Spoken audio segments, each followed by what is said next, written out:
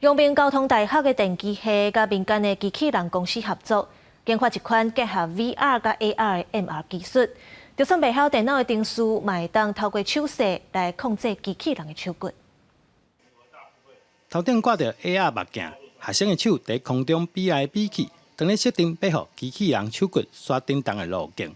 完成后，会当看到机器人就依照路径，甲杆仔放去设计好的位置。过去要完成这个动作，要靠电脑写程式，花1点钟的时间。即马透过这个 MR 技术，完全唔免。我们写那些路径规划的程式，包含给一些点位跟设定、放置跟取放任务，大约需要花费大概1个小时左右。但是有这个技术出来之后，我们只需要用简单的捏的手势呢，就可以放置一些虚拟的点位。一般必须爱学会晓写程式的专业，才有办法来使用机器手骨。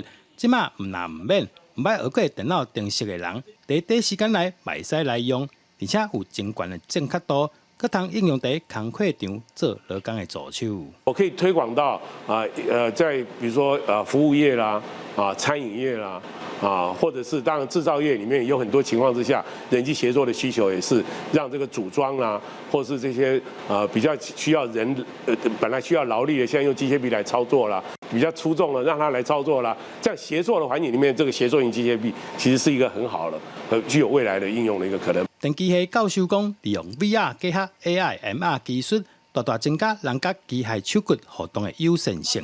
相信未来若应用在工课场，会当提悬自动化行业的生产效率。记者杜君和新竹报道。